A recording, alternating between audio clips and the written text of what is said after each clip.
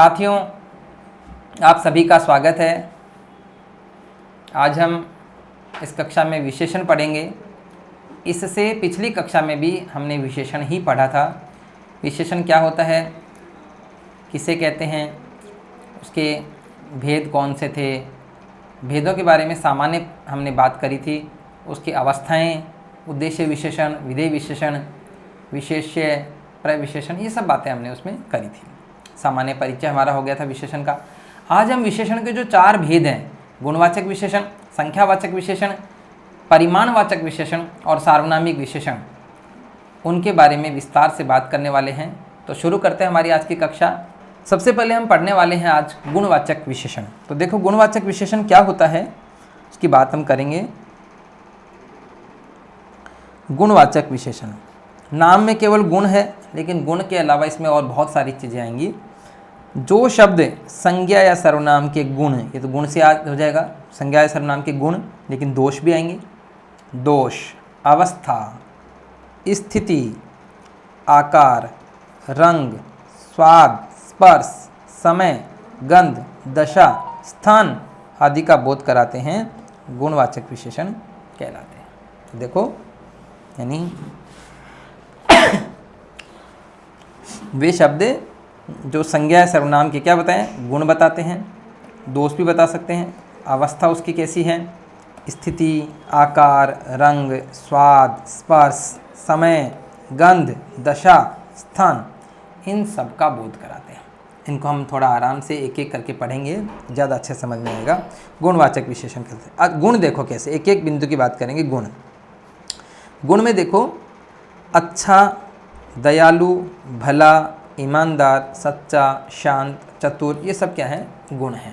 जैसे हम बोलते हैं अच्छा आदमी, तो अच्छा क्या है, उसका गुण है, तो ये गुण हो गया, तो क्या हो गया, गुणवाचक विशेषण हो गया।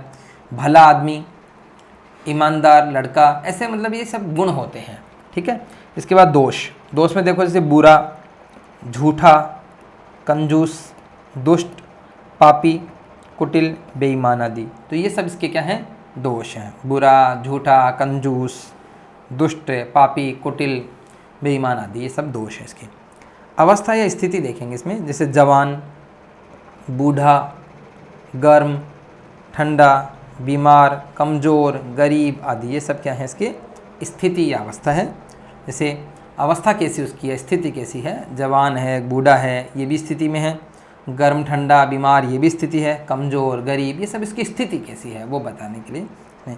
आपको वैसे परीक्षा में अलग अलग सब नहीं पूछे जाएंगे कि गुण है, दोष है, बस एक ही गुणवाचक विशेषण, लेकिन ये ध्यान रहेगा तब गुणवाचक विशेषण कर सकेंगे। गुणवाचक में गुण भी आता है, दोष भी आता है, अवस्था भी आती है। उसका आकार भी देखो, आकार में से बड़ा है, छोटा है, आयताकार है, इनके अलावा भी हो सकते हैं, कोई लंबा है, गोलाकार है, मोटा है, चौकोर, वृत्ताकार, टेढ़ा मेढ़ा, ये सब क्या हैं, इसके आकार होते हैं। इस तरह रंग भी इसमें आते हैं, जैसे लाल, सफ़ेद, नीला, पीला, जितने भी रंग हैं, काला, गुलाबी, हरा, एक गोरा भी होता है इसमें, सुनहरा, चमकीला, ये सब भी इसमें आते हैं। तो गुण, दोष, उसकी अवस्था या स्थिति, आकार और रंग, ये सब इसमें आते हैं। इसके अलावा भी जैसे स्वाद है, स्पर्श है, वो भी हम बात करने वाले हैं। तो इस तरह से ये गुणवाचक विशेषण में सब आते हैं। इसके बाद में आगे देखेंगे गुणवाचक विशेषण में, और स्वाद, जैसे मीठा, खट्टा, नमकीन, ये स्वाद के वाले नमकीन की बात कर रहे हैं हम, कड़वा, तीखा, कसेला, ये स्वाद होते हैं। स्पर्श से जिनका पता चलता है हमें, जैसे कोमल, खुरदरा, चिकना, मुलायम, गर्म, ठंडा, ये सब क्या है इसके, ये स्पर्श से पता चलने वाली चीज़ें हैं। समय या काल से नया, पुराना, जैसे नया पुराना समय से पता, ताज़ा, प्राचीन, नवीन, आधुनिक, ये सब समय का बोध कराने वाले होते हैं। गंध में जैसे सुगंधित, खुशबूदार, बदबूदार, दुर्गंधपूर्ण, सौंधा, सौंधी, ऐसे जो भी आते हैं, ये सब गंध भी इसमें आती है। दिशा, जैसे चारों दिशाएं, पूर्व, पश्चिम, उत्तर, दक्षिण, ये भी इसमें गुणवाचक विशेषण में आती हैं। और स्थान, स्थान में भारतीय, विदेशी, स्वदेशी, देशी, बीकानेरी, जयपुरी, बनारसी, जापानी, ग्रामीण, शहरी आदि, ये सब आते हैं। स्थान वाला, इसको आजकल एक नाम नया और देने लगे, व्यक्तिवाचक, तो ये स्थान होता है। तो इस प्रकार से ये सारे क्या हैं, गुणवाचक में के अंतर्गत आते हैं। क्या क्या देखो, आप याद करने की कोशिश करेंगे, गुण, दोष, उसकी अवस्था या स्थिति कैसी है, रंग कैसा है, आकार कैसा है उसका, स्वाद है, उसका स्पर्श है, उसका समय है, गंध कैसी है, दिशा और स्थान, ये सब गुणवाचक विशेषण के अंतर्गत आते हैं। स्थान वाला जो है आजकल उसको एक व्यक्तिवाचक नाम और देने लगे, जैसे बीकानेरी रसगुल्ले, तो बीकानेरी क्या है, ये स्थान है, लेकिन बीकानेर एक संज्ञा भी है, और कौन सी संज्ञा है, व्यक्तिवाचक, उसको व्यक्तिवाचक विशेषण नाम भी मिलने लग गया, तो वो भी ऑप्शन में हो तो वो कर सकते हैं। इसके बाद में देखेंगे आगे संख्यावाचक विशेषण। देखो संख्यावाचक विशेषण जो उसकी संख्या का बोध कराते हैं, वे विशेषण जो संज्ञा या सर्वनाम की निश्चित या अनिश्चित संख्या का बोध कराते हैं संख्यावाचक विशेषण कहलाते हैं। निश्चित कराते हैं, अनिश्चित कराते हैं। तो निश्चित संख्यावाचक, अनिश्चित संख्यावाचक, दो प्रकार के ये विशेषण के इसके भेद होते हैं संख्यावाचक के। तो निश्चित संख्या में क्या होता है, देखो निश्चित संख्या में निश्चित संख्या का बोध कराते हैं, अनिश्चित में अनिश्चित, नाम से सब पता चल रहा है। वे विशेषण शब्द जो संज्ञा या सर्वनाम की निश्चित संख्या का बोध कराते हैं निश्चित संख्यावाचक विशेषण कहलाता है। जैसे 2 आम, तो फिक्स है कि 2 हैं तो 2 ही हैं। 2 दर्जन के लिए मतलब 2 दर्जन का मतलब 24 हो गया, तो फिक्स हो गया। 5 कुर्सियाँ मतलब 5 फिक्स है। दोहरा शतक मतलब 100 200 ये फिक्स हो गया एक तरह से। दुगुने आदमी ये इसमें आ जाएगा, इसमें दोहरा हो, इसमें कन्फ्यूज नहीं होंगे। दोहरा मतलब 200 से मान है, बाकी उसमें थोड़ा बहुत अंतर होता है, लेकिन उसको हम यहाँ पे निश्चित मान के चलते हैं इस तरह से। इसके भी और भेद होते हैं, उनकी बात हम यहाँ नहीं करेंगे। अनिश्चित संख्यावाचक विशेषण देखो, इसमें वे विशेषण जो संज्ञा या सर्वनाम की निश्चित संख्या का बोध नहीं कराते हैं अनिश्चित संख्यावाचक विशेषण कहलाते हैं। ठीक है, देखो कुछ लड़के, बहुत सारी किताबें। अब कुछ लड़के मतलब कितने लड़के, 5 लड़के 10 लड़के कुछ पता नहीं हैं, एक निश्चित नहीं है। मतलब बहुत सारी किताबें, थोड़े से आम, 5-6 केले। 5 हैं या 6 हैं ये फिक्स नहीं है, तो 5-6 को भी हम अनिश्चित में मानेंगे। 10-20 लोग आदि, तो ये भी क्या है, अनिश्चित संख्यावाचक होते हैं। तो आप ये थोड़ा सा इसकी जानकारी करेंगे, संख्यावाचक विशेषण कैसे होता है। ठीक है, तो संख्यावाचक विशेषण इस प्रकार से होता है। आगे देखेंगे इसके बाद परिमाणवाचक। देखो परिमाणवाचक जो विशेषण है वो क्या होता है, वे शब्द जो संज्ञा या सर्वनाम की मात्रा या माप तोल संबंधी विशेषता का बोध कराते हैं। संज्ञा या सर्वनाम की मात्रा का या माप तोल संबंधी विशेषता का बोध कराते हैं, परिमाणवाचक विशेषण कहलाते हैं। संज्ञा या सर्वनाम की मात्रा का या माप तोल संबंधी विशेषता का बोध कराते हैं, क्या कहलाते हैं, परिमाणवाचक। इसमें विशेषण के साथ साथ मात्रक जुड़ा होता है। मात्रक मतलब जैसे किलो, लीटर, मीटर, ये सब जुड़ा होता है। इसके भी 2 भेद है, देखो मतलब तो मात्रा का बोध कराते हैं या माप तोल संबंधी विशेषता, ये आप ध्यान में रखेंगे। इसके निश्चित परिमाणवाचक और अनिश्चित परिमाणवाचक विशेषण 2 इसके भेद हैं। निश्चित परिमाणवाचक विशेषण में वे विशेषण शब्द जो संज्ञा या सर्वनाम की निश्चित मात्रा का बोध कराते हैं, निश्चित मात्रा का बोध कराते हैं, निश्चित परिमाणवाचक विशेषण कहलाते हैं। जैसे 10 मीटर कपड़ा, तो ये मीटर क्या है, मात्रक लगा हुआ है। 2 किलो चीनी, तो किलो क्या है, मात्रक लगा हुआ है। 5 लीटर दूध, तो लीटर क्या है, मात्रक है। 100 गज जमीन, तो गज क्या है, मात्रक हो गया। 10 तोला सोना, तो सोना तोला क्या हो गया, मात्रक हो गया आदि। तो इस प्रकार से जो परिमाणवाचक विशेषण होता है उसमें मात्रा का बोध कराते हैं या माप तोल संबंधी विशेषता का बोध कराया जाता है, और इसमें मात्रक लगा होता है। लेकिन मात्रक केवल निश्चित जो परिमाणवाचक है उसके लगा होता है, अनिश्चित में मात्रक नहीं लगता। अनिश्चित में तो कुछ और इसी तरह से आएगा, कुछ, थोड़ा, बहुत, ज़्यादा, कम, ये सब आएगा, उसमें मात्रक नहीं होता। तो उसकी अब बाद में अलग से पहचान करेंगे, कैसे करनी है बाद में बताऊंगा आपको। लेकिन यहाँ तक आप एक बार जानें कि परिमाणवाचक विशेषण के जो 2 भेद होते हैं उनमें से निश्चित में जो होता है, निश्चित परिमाणवाचक, उसमें मात्रक लगा होता है, इसकी पहचान हो गई है। ठीक है, इसके बाद में हम इसका अनिश्चित वाला भेद जो है वो देखेंगे। देखो अनिश्चित परिमाणवाचक विशेषण, वे विशेषण जो संज्ञा या सर्वनाम की निश्चित मात्रा का बोध नहीं कराते। मात्रा का बोध तो कराते हैं लेकिन निश्चित मात्रा का बोध नहीं कराते, अनिश्चित परिमाणवाचक विशेषण कहलाते हैं। जैसे थोड़ा सा पानी, अब कितना पानी कुछ पता नहीं, जरा सा दूध, ढेर सारा घी, कुछ लोग, बहुत सारा धन आदि, इस तरह से। तो कुछ लोग, ढेर सारा, बहुत सारा, कम, ज़्यादा, इस तरह से ये इसमें चलता है। तो ये क्या है, अनिश्चित परिमाणवाचक विशेषण होता है। अब देखो यहाँ पर थोड़ा सा अंतर जानने की कोशिश करेंगे। ये किस में अंतर कर रहे हैं हम, संख्यावाचक विशेषण जो इसका दूसरा भेद था, और परिमाणवाचक विशेषण में अंतर। अब आप देखना, संख्यावाचक के भी 2 भेद होते हैं, निश्चित और अनिश्चित।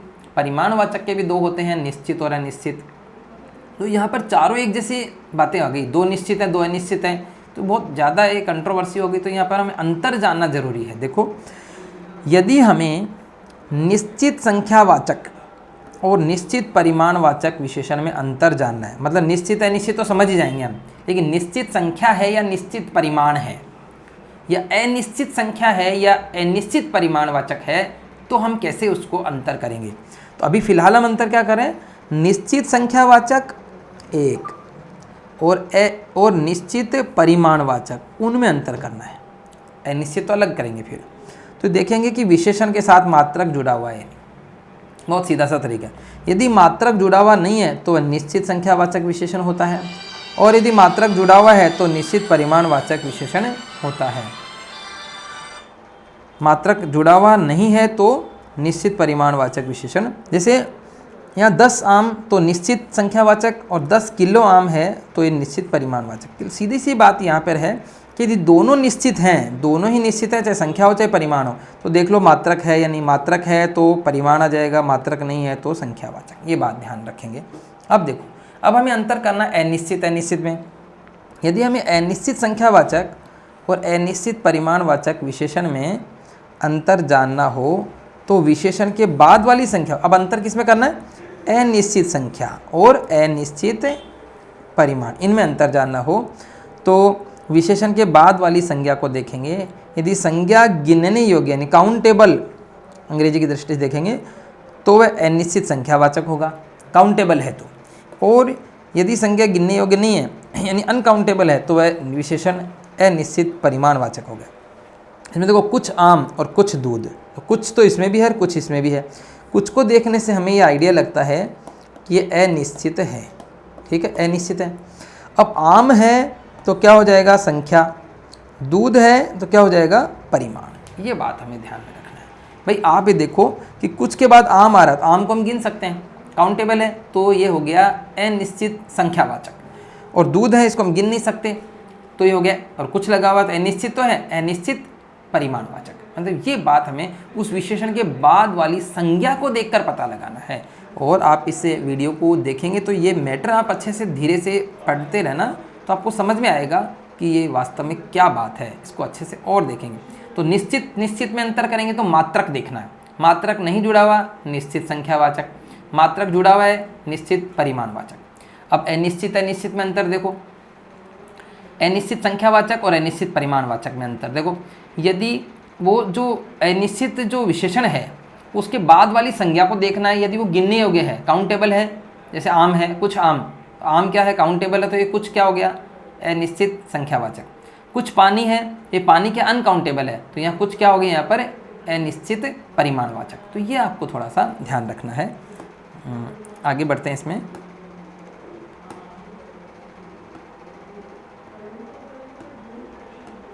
सार्वनामिक या संकेतवाचक विशेषण जो है उसकी बात हम करेंगे। सार्वनामिक या संकेतवाचक विशेषण वे सर्वनाम जो संज्ञा से पहले आते हैं। अब की बार देखेंगे सार्वनामिक यानी है तो ये सर्वनाम, लेकिन ये काम करेगा विशेषण का।